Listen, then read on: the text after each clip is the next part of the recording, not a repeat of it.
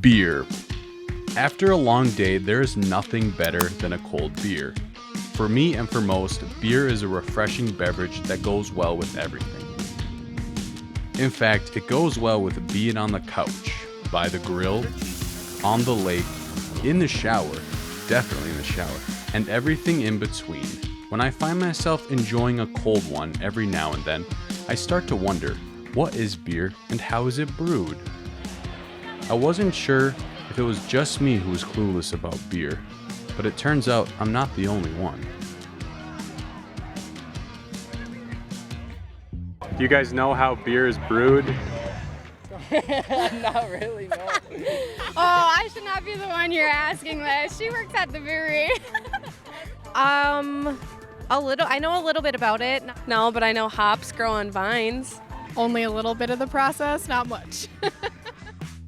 Beer comes in all different styles, sizes, and flavors, ranging from cans to bottles. Each one is unique in its own way, from small to large cans like this one, and flavors you could never think of.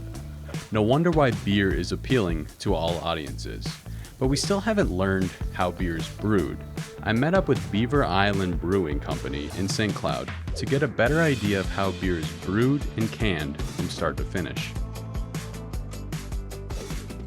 We start off with the malt, which is a malted barley. And when we get that malt in, we run it through a mill to crush it, to expose the inner kernel of that malt.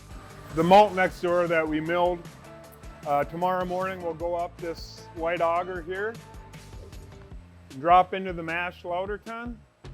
And as it's dropping in, hot water is sprayed on it. And then you get what is called the mash.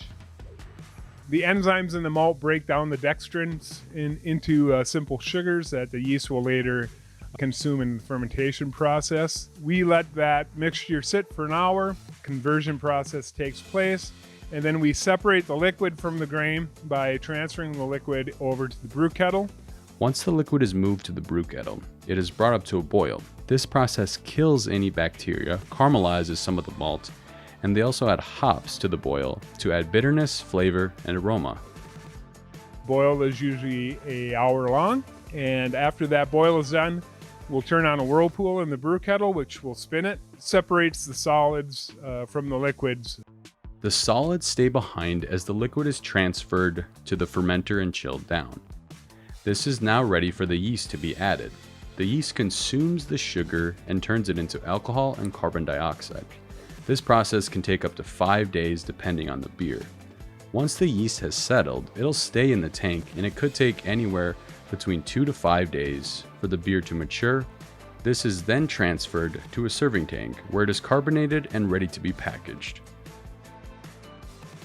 That's pretty much the process after they get done packaging it, either kegs or cans here. So what I've come to learn about the brew process is that in the beginning stages, most beer is created similar, but after that is when the rule book is completely tossed out the window. The brewer has the ability to add any flavors and let their imagination run wild. Beer is something exciting. It's something that people can explore together, share, talk about. And so it gathers people around a table to sit and enjoy. It's delicious.